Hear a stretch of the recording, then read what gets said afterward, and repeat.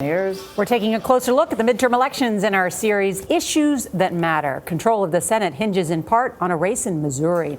Democratic Senator Claire McCaskill is locked in a close contest with the state's Attorney General Josh Hawley. Missouri voted for President Trump in 2016 and has grown more conservative over time.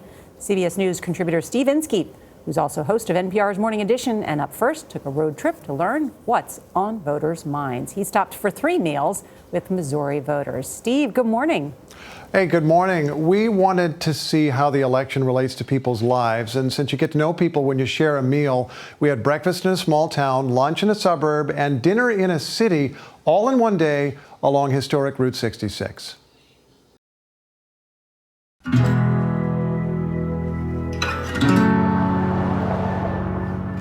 We started before dawn in the small town of Cuba, Missouri, at Shelley's Route 66 Cafe. Hi, are you Shelley? Hey. Where friends gather and strangers are made to feel welcome. You mind if I sit down? Is that okay? Well, we vote on who sits at this table. Oh, you vote on who sits? Would you like to? Well, it's election time. These small business owners, veterans, and retirees. Are you retired or are you working? I've always been tired. Support the president. I think President Trump is doing the best job he can do. We have the best economy we've ever had. Though Sue Greenstreet is feeling dread. She's on Medicare. If they put everyone on Medicare, we seniors will be next in the line for bullet in the head. Oh, that's the Because they can't afford Medicare for everyone. No, it would not work. Across the table, Diane Nickel fears social unrest. There's riots, and people have become so divided. Instead of being American citizens, they've decided to either be one side or the other. I think that is just horrible. When you say riots, what riots are you thinking of? Ferguson and all that. Yeah.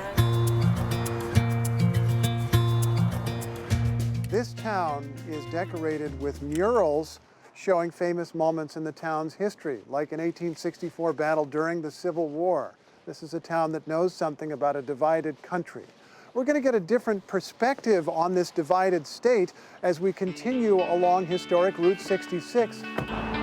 Continue on historic US 66 East for 3 miles. Which we will do as we're heading from a red area of the map to a blue area of the map.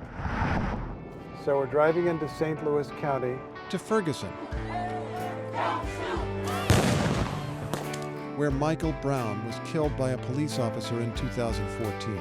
Kathy and Jerome Jenkins kept their restaurant open during the protests that followed. Can you see the chairs right there? It was thrown through this window right here. Really? Yeah. Today, the street has recovered.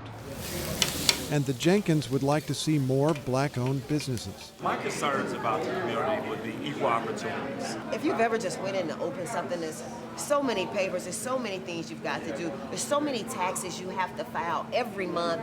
It's like the system is made to be difficult. You sound like a Republican. Too many taxes, too many regulations.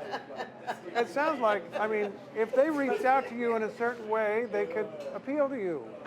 I don't want anyone to ever think that I think a Republican can't help me. It does sound like we have few things in common, right? Just not their view of Obamacare, which cut the Jenkins insurance costs. They want to elect a Democratic Congress to stop the president's attacks on it. But he's doing things that I cannot even explain. So he's almost hard for me to speak about because I can't believe that anybody else doesn't see it. It's getting along late in the day. We're moving slowly on the interstate with traffic as far ahead as I can see those red taillights. But we are on our way into the city of St. Louis for dinner. Your destination is on the left. Indeed it is. Schlafly Tap Room occupies a historic brick building. What would you recommend? Flight attendant Jana Wayne didn't vote in 2016. Bartender Shea Bandera did. I actually did. I did vote for Trump. I think he's doing a lot better than I thought he would. What's he done that was better than you expected? He has, I believe, created jobs. But there is this. You think global warming is a huge problem? Yeah. Yes.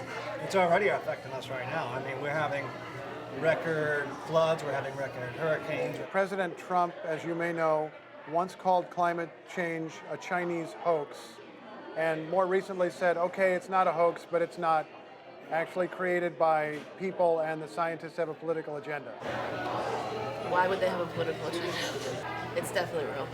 Over at the bar, this progressive couple favors Democrats, but they know much of their conservative state will not. The president is encouraging lack of empathy.